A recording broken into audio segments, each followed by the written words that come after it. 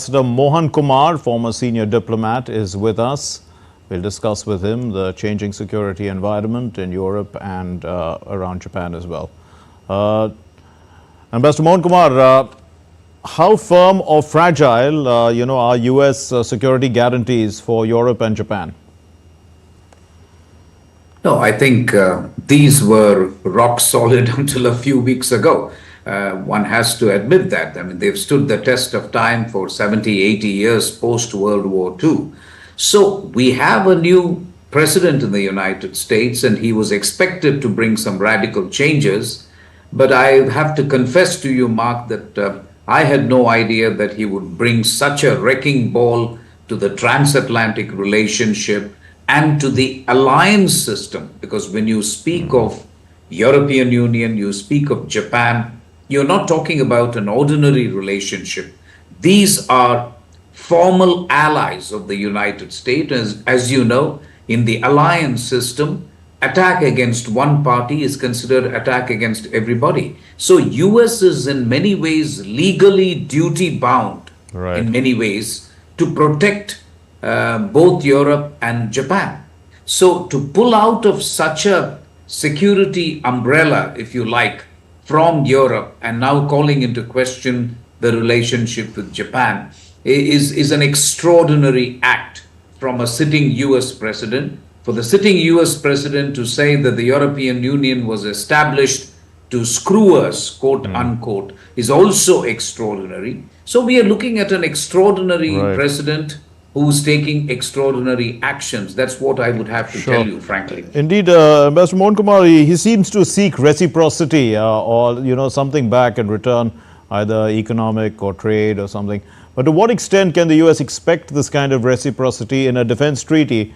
These countries have already allowed the U.S. access to their military bases, giving the U.S., in fact, strategic depth. I think what he is aiming to do, Mark, is to make these countries spend much more on defense.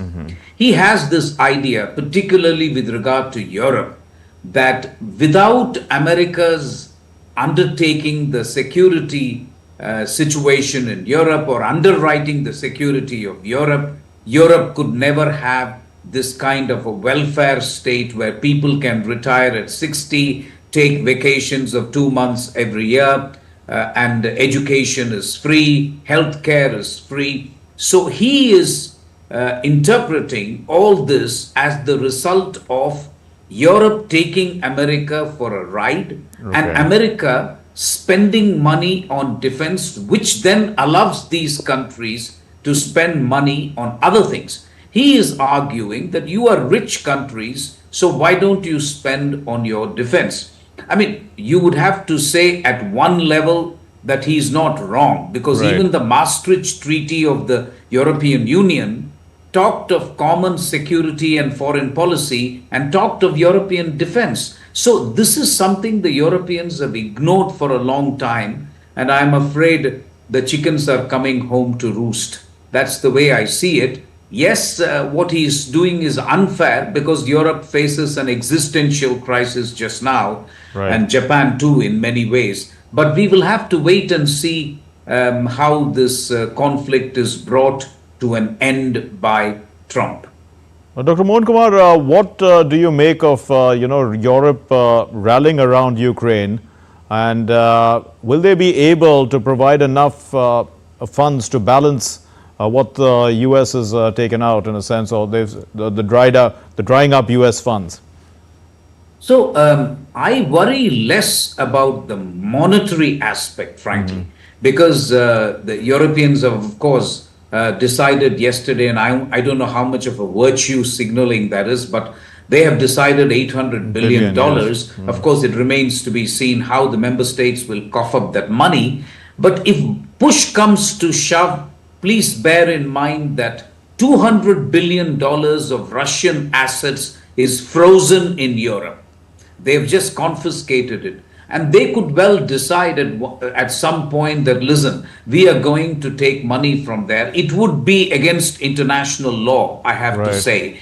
But then in war, nobody cares about these niceties. and certainly Mr. Trump is not going to care about this. So they may very well find the money. The more difficult problem is long-range missiles, American intelligence, logistics support of Americans. After all, America has almost 80,000 American soldiers in various NATO bases. Those are the kind of issues which cannot be done quickly. The Europeans will take time to do these things. So that worries me. It's not the money so much, because at the end of the day, the US contributes 16% of the NATO budget. So does Germany. So in that sense, it's not much. But it is the significant advantage that America brings to things like air power, intelligence, and logistics, which is referred to by the Europeans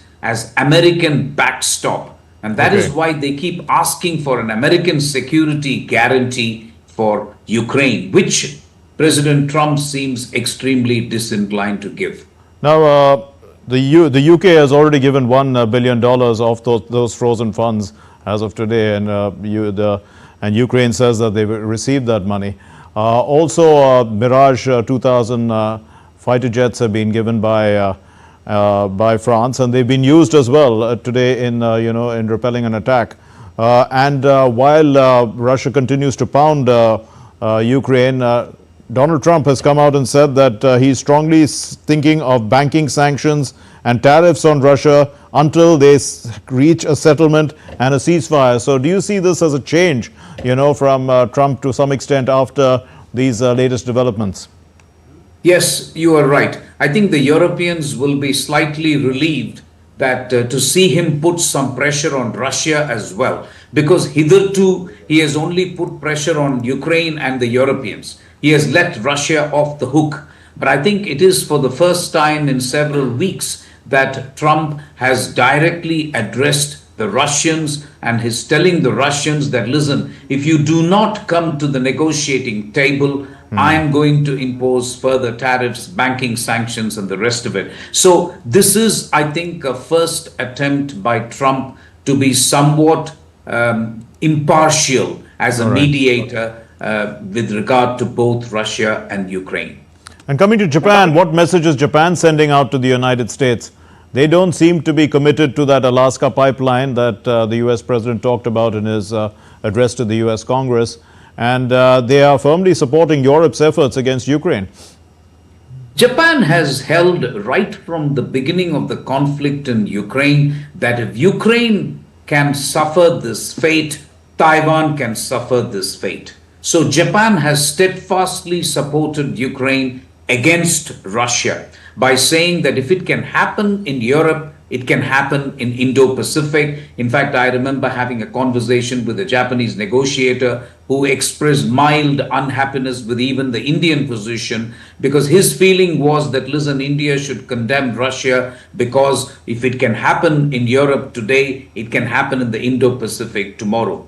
The other thing that is going to happen, Mark, as a result of all this, is that countries are going to seek nuclear weapons, and I frankly foresee an era of nuclear proliferation, especially countries like Japan, which traditionally have been extremely opposed to nuclear weapons, may change their mind, having seen the way United States has stopped supporting Europe. They may very well decide that they need the ultimate deterrence of the nuclear warheads or nuclear weapons. So in Asia, Japan and South Korea will be tempted to actually acquire nuclear weapons to offset this uncertainty of getting US security umbrella, which has been called into question by President Trump. Ambassador Mohan Kumar, thank you very much for joining us here on News Hour. Thank you, sir.